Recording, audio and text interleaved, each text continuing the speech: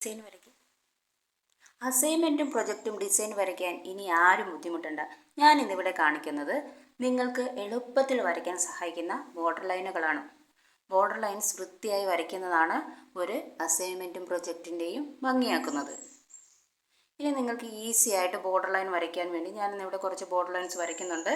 ആദ്യം ഒരു മുന്തിരി വള്ളിയുടെ ഔട്ട്ലൈൻ നമുക്ക് വരയ്ക്കാം. അതിനായിട്ട് മുന്തിരി വള്ളിയുടെ വള്ളി ഇങ്ങനെ വള്ളി ഇങ്ങനെ പടർന്ന് കയറുന്നത് പോലെ ആ ബോർഡർ ലൈനിൻ്റെ ഒരു വശത്ത് നമുക്ക് പച്ച സ്കെച്ച് കൊണ്ട് വരയ്ക്കാം.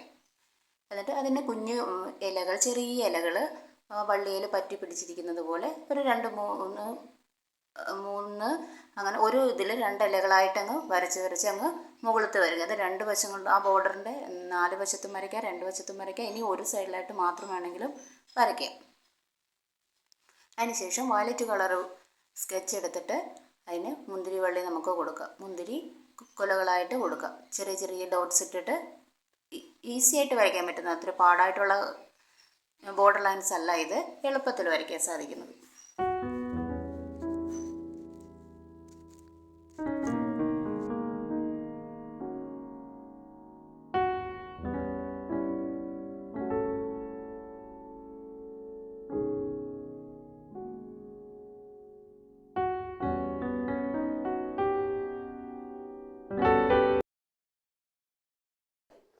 ഇനി അടുത്തൊരു ഔട്ട്ലൈൻ കാണിക്കാം. അതിനായിട്ട് സ്കെച്ച് എടുത്തിട്ട് ഞാൻ ഈ കാണിക്കുന്ന പോലെ വരയ്ക്കുക. അത് കളറ് പേപ്പറിൽ മനസ്സിലാകുന്നില്ല, അതുകൊണ്ട് ഞാൻ വേറൊരു സ്കെച്ച് എടുത്തിട്ട് വരയ്ക്കുന്നുണ്ട്. നിങ്ങൾക്ക് മനസ്സിലാകാൻ വേണ്ടിയിട്ട് കുറച്ച് കാണാവുന്ന സൈസിലുള്ള ഒരു കളറ് എടുത്തിട്ടുണ്ട്. എന്നിട്ട് കാണിച്ചതുപോലെ വരയ്ക്കുക. നമ്മൾ പണ്ടൊക്കെ ഈ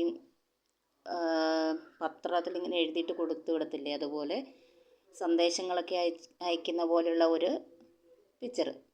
നമുക്ക് ഫസ്റ്റ് പേജ് ഇൻഡെക്സ് ഒക്കെ എഴുതാനും അല്ലെങ്കിൽ ഇൻട്രൊഡക്ഷനൊക്കെ എഴുതാനും ഒക്കെ വേണ്ടിയിട്ട് ഈ ഒരു ഡിസൈൻ നമുക്ക് ഉപയോഗിക്കാം. അതിനായിട്ട് ഞാൻ ഈ കാണിക്കുന്ന പോലെ തന്നെ ഒന്ന് വരച്ച് ഈസി ആയിട്ട് വരയ്ക്കാം ഉള്ള ഡിസൈൻ വരയ്ക്കുക. നമുക്ക് അകത്തെ പേജിൽ വെച്ച് ചെയ്യാനൊക്കെ ആയിട്ട് ഈ ഡിസൈൻ ഉപയോഗിക്കാം.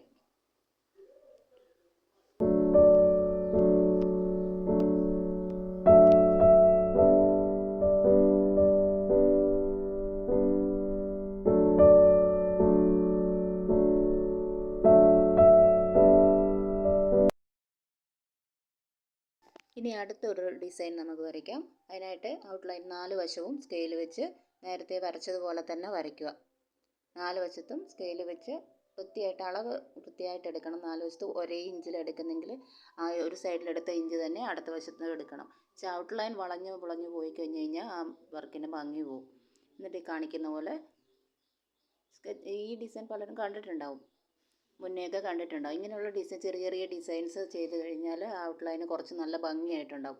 അത് ഒരു സൈഡിലായിട്ട് ചെയ്യാം, 2 സൈഡിലായിട്ട് ചെയ്യാം, 3 സൈഡിലോ 4 സൈഡിലോ എങ്ങനെ ചെയ്യില്ല. ഒരു സൈഡ് മാത്രമായിട്ട് ചെയ്താലും ഭംഗിയായിരിക്കില്ല, 4 സൈഡും ചെയ്താലും അതിൻ്റെ ഭംഗി ഉണ്ടാവും ആ ഡിസൈന്.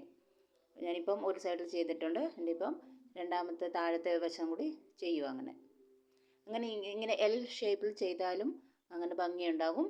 അല്ലെങ്കിൽ ഈ 4 സൈഡും വെച്ച് ചെയ്താലും ഭംഗിയുണ്ടാവും. ഞാനിപ്പോൾ ഒരു എൽ ഷേപ്പിലുള്ള മാത്രമേ ചെയ്തിട്ടുള്ളൂ. 4 സൈഡിലും വെച്ച് ചെയ്യുന്നത് ഭംഗിയായിട്ടുണ്ടാവും. ഇനി നമുക്ക് അടുത്ത വേറൊരു ഡിസൈനും കൂടി ഞാൻ കാണിക്കാം. നേരത്തെ കാണിച്ചതുപോലെ തന്നെ 4 സൈഡും ഔട്ട്ലൈൻ വരയ്ക്കുക. ഔട്ട്ലൈൻ വരച്ചിട്ട് ഔട്ട്ലൈൻ വരയ്ക്കുന്നത് എപ്പോഴും വൃത്തിയായിട്ട് തന്നെ വരയ്ക്കണം. എന്നിട്ട് നമുക്കിവിടെ ആദ്യത്തെ അസൈൻമെൻറ്റ് പേജ് ഒക്കെ ഒന്ന് ഡെക്കറേറ്റ് ചെയ്യാൻ വേണ്ടിയിട്ട് ഈ ഡിസൈൻ ഉപയോഗിക്കാൻ വേണമെങ്കിൽ ഒരു പൂവ് അതിൻ്റെ ഒരു മൊട്ടുമായിട്ട് ഉള്ള ഒരു ഡിസൈനായത്. സിമ്പിളാണത്. ഒരു റാ പോലെ വരച്ചിട്ട് അതിൻ്റെ താഴെ 2 പൂവിൻ്റെ ഇതിൽ പോലെ വരച്ചിട്ട് താഴോട്ട് ഡിസൈൻ വരയ്ക്കുന്നത്. നമുക്ക് ഫസ്റ്റ് പേജിലൊക്കെ ചെയ്യാൻ പറ്റും. അസൈൻമെൻറ്റിനായാലും പ്രൊജക്റ്റ് പേജിലൊക്കെ ആയാലും ചെയ്യാൻ പറ്റും. നിങ്ങൾക്ക് ഇതുപോലുള്ള പ്രൊജക്റ്റ് വർക്കിനും ഒക്കെ സഹായമാകുന്നുള്ള കുറേ ഡിസൈൻസ് ആയിട്ടുള്ള എളുപ്പത്തിൽ വരയ്ക്കാൻ പറ്റുന്ന സൈസുള്ള ഡിസൈൻസ് ആവശ്യപ്പെടുവാണെങ്കിൽ ഞാൻ ഇട്ട് തരാം. എല്ലാവരും വരയ്ക്കാൻ കുറച്ചെങ്കിലുമൊക്കെ വരയ്ക്കാൻ അറിയുന്നവരായിരിക്കും. നമുക്ക് പതുക്കെ ഇരുന്ന് നമ്മുടെ മക്കൾക്കൊക്കെ അസൈൻമെൻറ്റും പ്രൊജക്റ്റും ഒക്കെ ചെയ്യാൻ വേണ്ടിയിട്ട് നമുക്കൊന്ന് എന്തായാലും നമ്മൾ ചെറിയ ക്ലാസ്സിലുള്ള മക്കൾക്കൊക്കെ നമ്മളൊന്ന് ഹെൽപ്പ് ചെയ്ത് കൊടുക്കും അല്ലേ. അപ്പോൾ അതുപോലെ ഒന്ന് ഹെൽപ്പ് ചെയ്ത് കൊടുക്കാനൊക്കെ ആയിട്ട് സഹായിക്കും. ഇനി കാണുന്ന പിള്ളേരൊക്കെ ഉണ്ടെങ്കിലും അവർക്കും എല്ലാവർക്കും ചിലപ്പോൾ ഐഡിയ ഒക്കെ ഉണ്ടാവും മനസ്സിൽ, പക്ഷെ വരച്ച് വരുമ്പോഴേക്ക് എന്തെങ്കിലുമൊക്കെ ആയിപ്പോവും. അപ്പം ഈ വീഡിയോ നിങ്ങൾക്ക് ഉപകാരപ്രദമൊക്കെ ആയിട്ടുണ്ടെങ്കിൽ എനിക്കൊരു ലൈക്ക് തരണം എൻ്റെ വീഡിയോയ്ക്ക്. എൻ്റെ വീഡിയോ ഒന്ന് സബ്സ്ക്രൈബ് ചെയ്യണം കേട്ടോ.